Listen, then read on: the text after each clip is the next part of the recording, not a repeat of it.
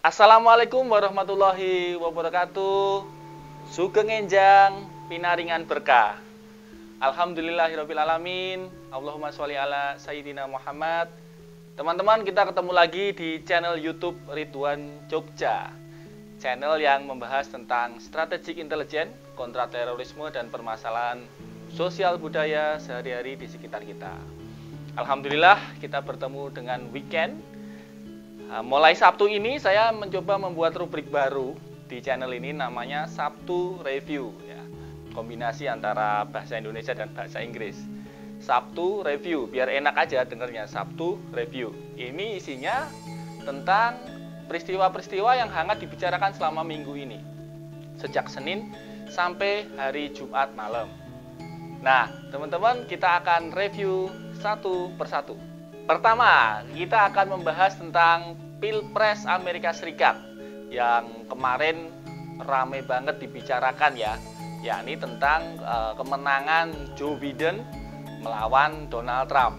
Walaupun secara official memang belum diumumkan dan Donald Trump juga belum mengakui kemenangan Biden.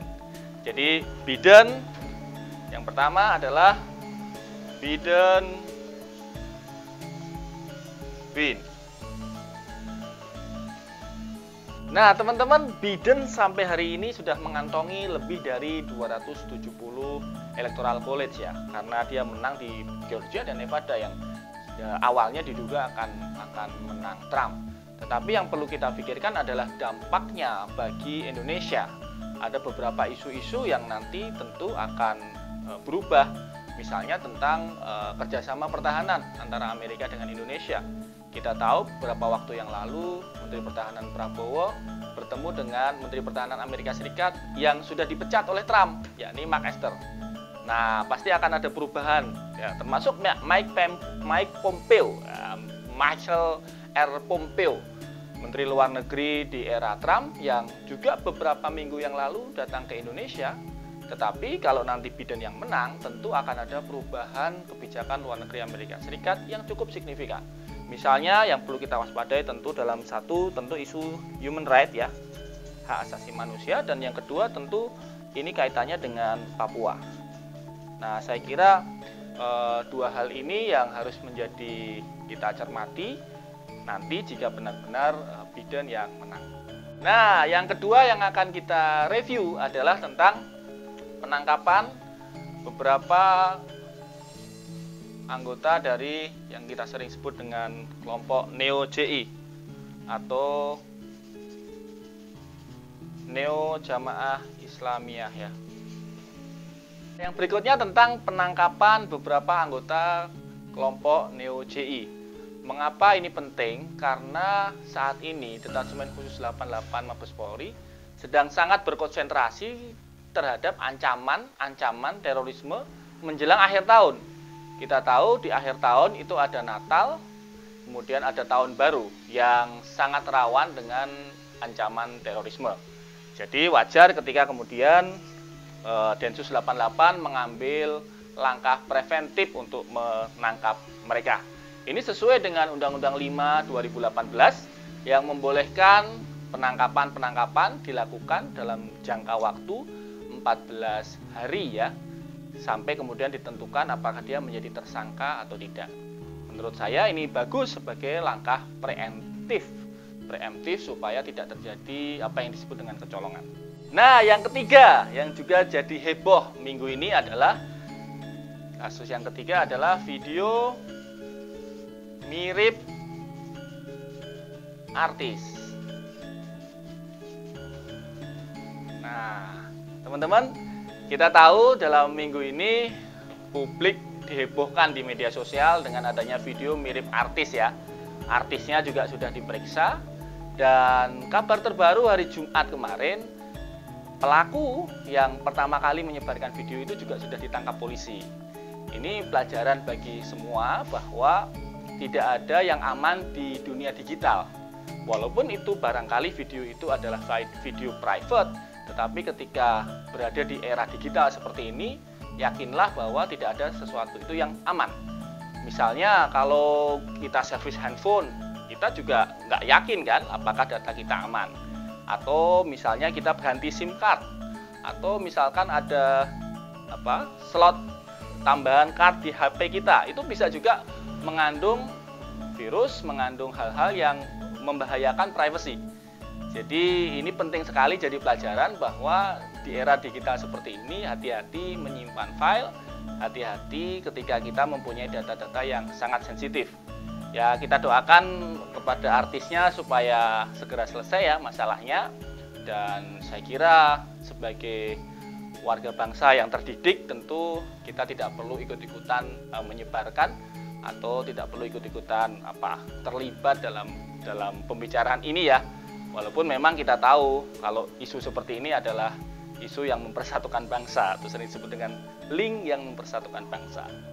Oke, kita tunggu semoga polisi profesional dan kasusnya segera selesai.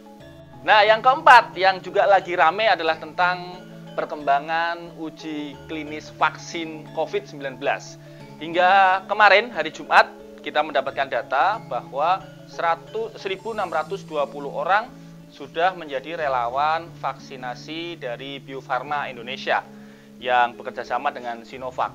Saat ini laporan resminya dari 1.620 orang relawan itu tidak ada satupun yang mengalami gejala penolakan atau gejala klinis ya. Jadi sampai saat ini situasinya di Indonesia kita masih berharap vaksin segera ada. Dan moga-moga kita segera bisa menemukan yang terbaik ya, merek yang terbaik, apakah itu Sinovac dari China atau merek-merek yang lain. Tapi yang tentu lebih kita ingatkan bersama adalah bagaimana kita menjaga prosedur kesehatan ya. Tetap jaga jarak, tetap memakai masker jika bertemu orang, kemudian tetap menjaga kebersihan, cuci tangan dengan sabun, dan juga menjaga daya tahan tubuh. Itu saya kira lebih penting ya, yang paling bisa kita lakukan hari ini untuk mencegah COVID-19. Nah, peristiwa yang kelima yang juga sangat heboh di minggu ini adalah peristiwa pulangnya Habib Rizik Syihab dari Arab Saudi yang mendarat pada tanggal 10 November yang lalu. Nah, permasalahannya bagaimanakah sikap Pak Jokowi terhadap kepulangan Habib Rizik Syihab? Banyak yang kemudian heran ya, seolah-olah kenapa ada masalah apa antara Habib Rizik Syihab dengan Presiden Jokowi, walaupun kemarin sudah ditegaskan secara clear oleh Pak Muldoko, Kepala Kantor Staf Presiden, bahwa tidak ada masalah antara pemerintah dengan Habib Rizik Syihab. Dan kita juga tahu pulangnya kemarin juga berjalan lancar ya, lancar baik turun dari pesawat sampai ke Petamburan dan juga acara-acara berikutnya. Saya kira kita tidak melihat misalnya ada upaya pencegatan, pelarangan dari pemerintah tentang kegiatan dari Habib Rizik Syihab dan teman-teman FPI. Yang tentu jadi perhatian bersama tentu adalah karena ini masih di era Corona. Jadi bagaimanapun juga ini himbauan buat kita semua sesuai dengan anjuran medis, anjuran kesehatan, tentu kita tetap harus menjaga protokol kesehatan yang kita tahu agak susah kalau terjadi crowded ya, ribuan massa, ribuan orang. Masih banyak kita lihat yang teman-teman tidak memakai masker atau susah sekali menjaga jarak. Jadi ini saya kira akan menjadi concern ke depan tentang bagaimana tetap berkegiatan tetapi menjaga prosedur kesehatan ya. Lalu apakah ada pertanyaan, apakah Habib Rizik Syihab itu merupakan ancaman bagi pemerintahan Pak Jokowi? Bagi saya pribadi bukan, tidak akan menjadi ancaman karena toh juga sampai hari ini Habib Rizik Syihab tidak tergabung dalam partai politik apapun. Kalau kita lihat dari narasi-narasi yang beliau sampaikan itu adalah narasi-narasi umum ya, narasi-narasi keagamaan yang sama sekali tidak dalam konteks politik praktis. Ya, kita belum tahu apakah nanti ke depan seperti apa, tetapi hingga hari ini kita belum melihat ada indikasi ancaman atau sesuatu yang membahayakan bagi pemerintah. Saya kira langkah yang dilakukan oleh teman-teman aparat keamanan kemarin sudah tepat dan tinggal bagaimana tadi ya menjaga prosedur kesehatan dan juga menjaga hak-hak orang-orang yang lain dalam berkegiatan, misalnya hak di jalan raya, teman-teman yang akan berkegiatan kan biasanya karena crowded, ngumpul, orang menjadi susah lewat dan sebagainya. Nah, itu teknis sekali sebenarnya, mudah sekali diatur. Nah, demikianlah teman-teman 5 berita paling populer, 5 isu yang paling dibicarakan minggu ini. Ini adalah Sabtu review pertama, tanggal 14 November 2020. Semoga ada manfaatnya. Sekali lagi, terima kasih sudah subscribe. Jangan lupa like dan tulis komen di bawah video ini. Tetap jaga kesehatan, selamat berakhir pekan, dan salam intelijen.